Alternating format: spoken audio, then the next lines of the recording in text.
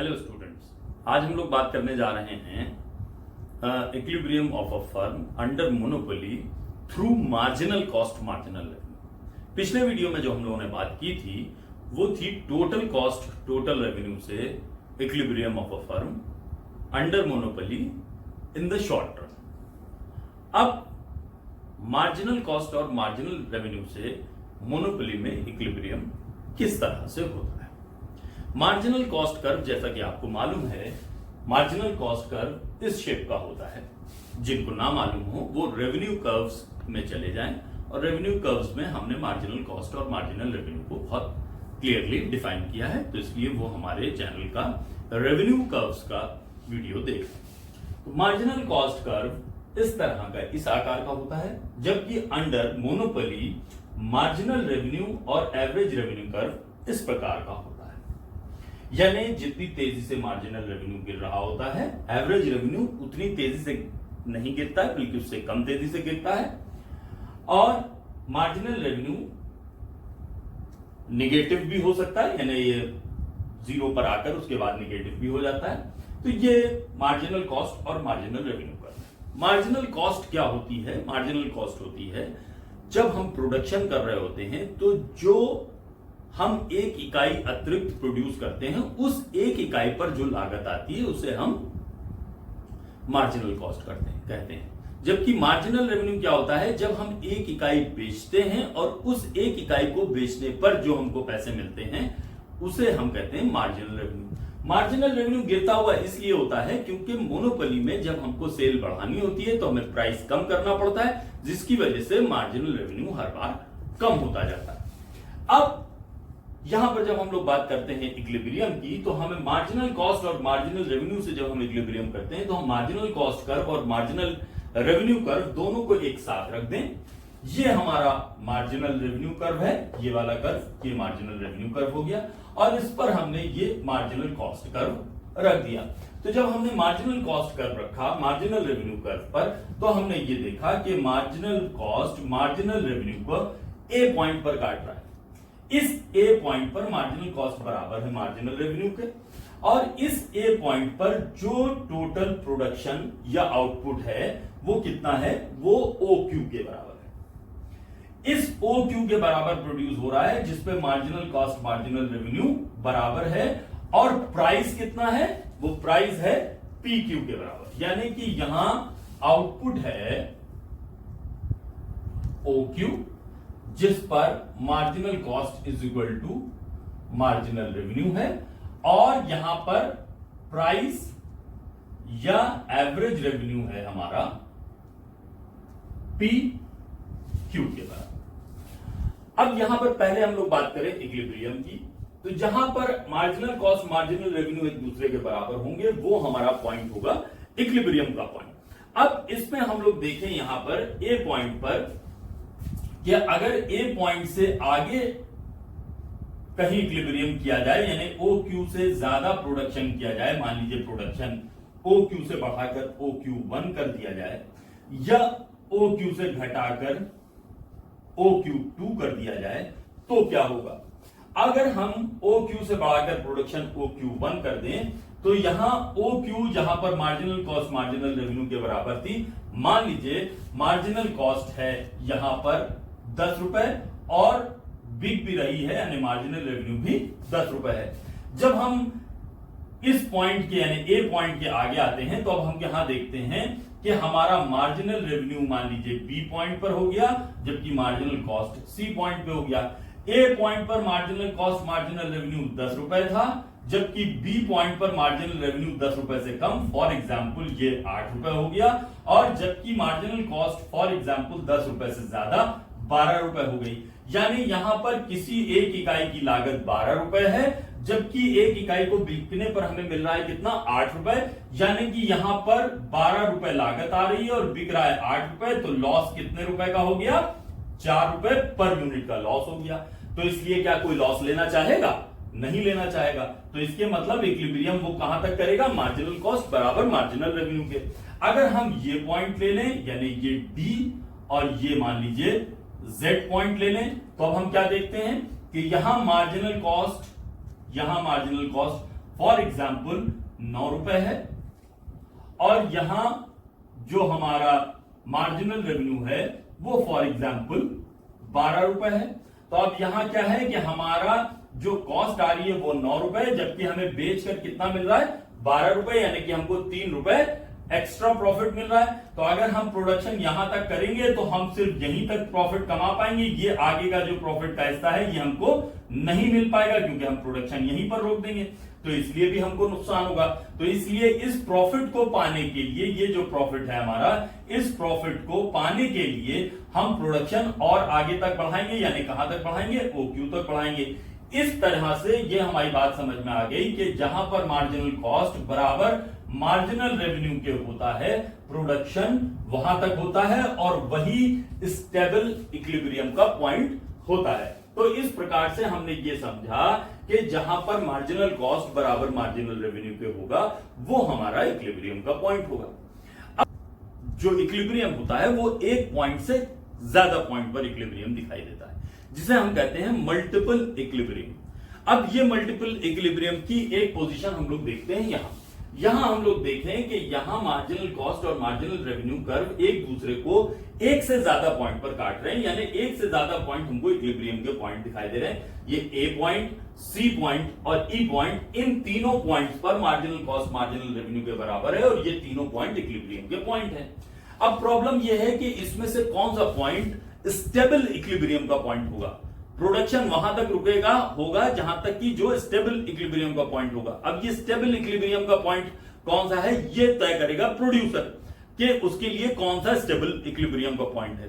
अब यहां हम देखें कि ए पॉइंट से पहले तो प्रोड्यूसर को प्रॉफिट हो रहा था, क्योंकि उसकी मार्जिनल रेवेन्यू कर्व जो है वो ऊपर था और मार्जिनल कॉस्ट नीचे था, यानी कि यहां पर लागत कम आ रही थी और पैसा ज्यादा मिल रहा था, तो ये उसकी एक प्रॉफिट की पोजीशन थी।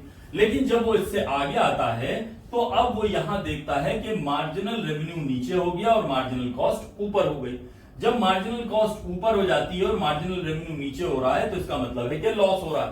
तो अब ये जो हमारा ट्राइंगल है ए, बी और सी, ये ए, बी और सी, ये हमको लॉस की पोजीशन दिखाई दे रहा है। लेकिन फॉर्चुनेटली इसके आगे का जो हम ट्राइंगल देख रहे हैं, यानी सी, डी और ई, ये ज्यादा बड़ा है, यानी इज ग्रेटर देन एबीसी, यानी CDE is greater than ABC, यानी कि यहां पर प्रॉफिट ज्यादा हो रहा है। अगर हम इस लॉस को सह जाएं तो हमको ये प्रॉफिट मिलेगा। फॉर एग्जांपल अगर ये 500 का प्रॉफिट है तो ये लॉस है, तो ये 1000 का प्रॉफिट मिल रहा है। तो इसके मतलब है कि अगर हम ये 500 सहन कर जाएं तो हमको आगे 1000 का प्रॉफिट मिलने की संभावना है। तो हम क्या करेंगे, हम कहेंगे ठीक है, ये 500 प्रॉफिट जो है, ये 500 का लॉस जो है, इसको हम झेल लेंगे और आगे का 1000 का प्रॉफिट हमको मिल जाएगा।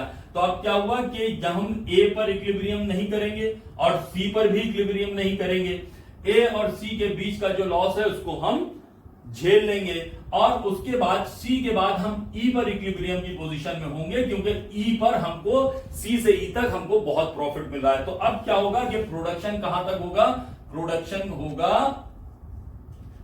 होगा OQ2 तक प्रोडक्शन करेंगे, जिस पर कि हमको मैक्सिमम प्रॉफिट मिलेगा। तो अब बात हमारी ये समझ में आई कि जहां पर मार्जिनल कॉस्ट मार्जिनल रेवेन्यू को नीचे से काटेगी वो इक्विलिब्रियम का पॉइंट होगा। या तो हम ए पॉइंट पर इक्विलिब्रियम कर लेते और इस लॉस इस प्रॉफिट को भूल जाते और हम यहां पर इक्विलिब्रियम कर लेते तो सारी पोजीशन खत्म हो जाती। लेकिन ए के बाद हमने देखा कि इतना लॉस है और उसके बाद इतना प्रॉफिट है, तो हमने ठीक है हम इस लॉस को भी ले लेंगे और फिर बाद में उस प्रॉफिट को भी एंजॉय करेंगे।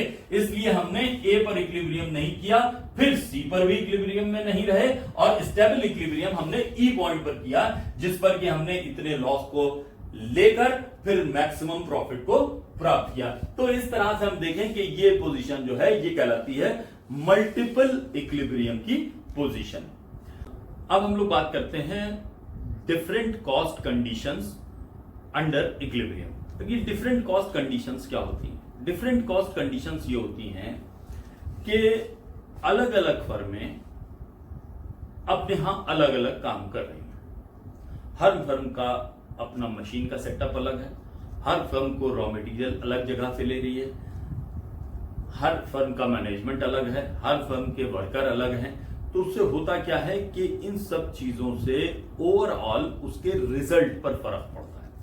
यानी अगर उसका मैनेजमेंट अच्छा है तो हो सकता है कि वो प्रॉफिट मेकिंग कंपनी हो, सुपर नॉर्मल प्रॉफिट कंपनी हो, या हो सकता है कि मैनेजमेंट अगर बहुत अच्छा नहीं है तो उसके यहां लॉस हो रहा है, उसकी मशीनें अगर अच्छी नहीं है तो हो सकता है लॉस हो रहा, वर्कर अच्छे नहीं है तो हो सकता है लॉस हो रहा। मशीनें अच्छी हैं, वर्कर्स अच्छे हैं, रॉ मटेरियल बढ़िया और सस्ता मिल रहा है तो हो सकता है प्रॉफिट हो या सुपर नॉर्मल प्रॉफिट हो। तो यानी कि कंडीशंस जो हैं वो अलग अलग फर्म को अलग अलग कंडीशंस कभी प्रॉफिट में, लॉस में और सुपर नॉर्मल प्रॉफिट में भी पहुंचा सकती हैं। तो यहां हम लोग देखते हैं कि ये तीन फर्म हैं, ए फर्म, बी फर्म और सी फर्म। तीनों फर्म के मार्जिनल कॉस्ट और मार्जिनल रेवेन्यू एक दूसरे को काट रहे हैं। ये मार्जिनल कॉस्ट मार्जिनल रेवेन्यू जो काट रहे हैं, ए फर्म का मार्जिनल कॉस्ट मार्जिनल रेवेन्यू को जेड पॉइंट पर काट रहा है जिस पर ओ क्यू के बराबर आउटपुट है। यहां बी फर्म में जेड 1 पॉइंट पर काट रहा है जिस पर ओ क्यू 1 के बराबर आउटपुट है। यहां जेड 2 पर मार्जिनल कॉस्ट और मार्जिनल रेवेन्यू एक दूसरे के बराबर है जिस पर कि आउटपुट ओ क्यू 2 है। ये ओ क्यू 1, क्यू और क्यू 2 आउटपुट जो है वो अलग अलग हो सकता है। फॉर एग्जाम्पल किसी फर्म में marginal cost marginal revenue 1000 unit पर एक दूसरे के बराबर आ रही हो, तो किसी में 500 यूनिट पर बराबर आ रही हो, तो किसी में 5000 यूनिट पर एक दूसरे के बराबर आ रही हो। ये पता करना हो कि हमारी ये कंडीशन में कौन सी फर्म हमारी नॉर्मल प्रॉफिट में है, कौन सी सुपर नॉर्मल प्रॉफिट में है और कौन सी लॉस की कंडीशन में है, तो इसको पता करने के लिए एक चीज आती है एवरेज कॉस्ट। एवरेज कॉस्ट ही हमको यह बतलाती है कि हमारी फर्म प्रॉफिट की कंडीशन में है कि लॉस की कंडीशन में है कि सुपर नॉर्मल प्रॉफिट की कंडीशन में है। एवरेज कॉस्ट क्या होती है? एवरेज कॉस्ट होती है हमारी जितना भी हमने प्रोडक्शन किया है उस सारे प्रोडक्शन की प्रति इकाई लागत। मार्जिनल कॉस्ट क्या होती है?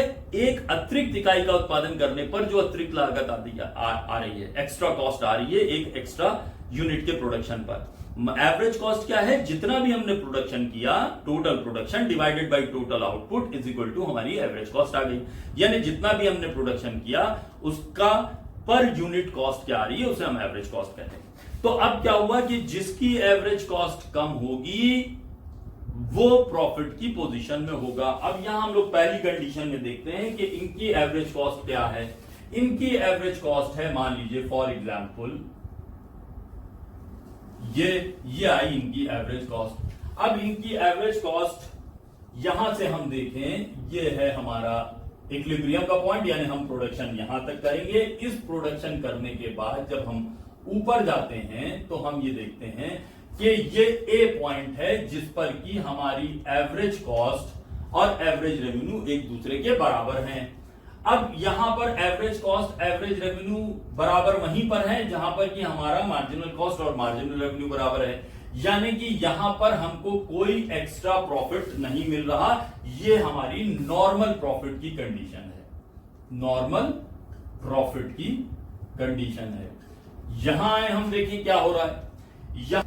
तो अब यहां पर हमने देखा कि ये हमारा जो है वो जहां पर के मार्जिनल कॉस्ट और मार्जिनल रेवेन्यू में एक दूसरे को काटा, उसी के ऊपर हम गए तो हमने देखा कि हमको ए पॉइंट मिला जहां पर एवरेज रेवेन्यू हमारा जिसको काट रहा है वो ए पॉइंट हो गया और जहां पर जो है वो हमारे एवरेज कॉस्ट को काट रहा है ये बी पॉइंट हो गया। यानी अगर हम इतना प्रोडक्शन करें तो हमारी एवरेज कॉस्ट बी के बराबर है, बी क्यू1 के बराबर, जबकि हमारा एवरेज रेवेन्यू ए क्यू1 के बराबर। यानी यहां पर हमारी कॉस्ट है, एवरेज कॉस्ट है कितनी? Q1 B के बराबर, जबकि हमारा एवरेज रेवेन्यू है Q1 A के बराबर। यानी हमको मिल रहा है फॉर एग्जांपल मान लीजिए ये 12 रुपए आ रहा है एवरेज रेवेन्यू हमारा और एवरेज कॉस्ट आ रहा है 10 रुपए। तो यानी कि हमारी एवरेज कॉस्ट 10 रुपए है जबकि हमारे एवरेज रेवेन्यू आ रहा है 12 रुपए। तो अब हमारी कॉस्ट है 10 रुपए और रेवेन्यू मिल रहा है हमें 12 रुपए एवरेज। तो हमें कितना प्रॉफिट हो रहा है? 2 रुपए एवरेज के हिसाब से प्रॉफिट हो रहा है। तो अब ये सारा का सारा 2 रुपए के हिसाब से हमको प्रॉफिट हो रहा है। तो हमारा पूरा प्रॉफिट का एरिया कितना हो गया? ये सारा एरिया जो है वो हमारा प्रॉफिट का एरिया हो गया। ये सब कुछ हमारा प्रॉफिट हो गया। तो अब इस तरह से हमको ये पता चला। तो ये जो प्रॉफिट है ये क्या है? ये हमारे प्रॉफिट, इस प्रॉफिट को हम कहते हैं सुपर नॉर्मल प्रॉफिट।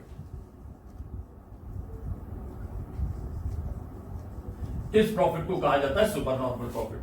अब यहां हम देखें तीसरी कंडीशन में हम देखते हैं कि हमारी एवरेज कॉस्ट जो है वो कहां पर आ रही, एवरेज कॉस्ट हमारी जो है वो ये आ रही है, ये हमारी एवरेज कॉस्ट आ रही है। अब इस एवरेज कॉस्ट पर हम देखते हैं कि यहां से जब हम ऊपर जाते हैं तो हमारी एवरेज कॉस्ट, हमारे एवरेज रेवेन्यू जो है ये हमारी एवरेज रेवेन्यू से ज्यादा है हमारी एवरेज कॉस्ट। ये यहां कहां काट रहा है, ए पॉइंट यहां ये मिला और ये हमारा बी पॉइंट है। तो अब यहां पर क्या है, हमारी average cost, for example average cost है हमारी 15 रुपए, जबकि हमारा जो एवरेज रेवेन्यू हमारा था वो कितना है, एवरेज रेवेन्यू है हमारा 12 रुपए।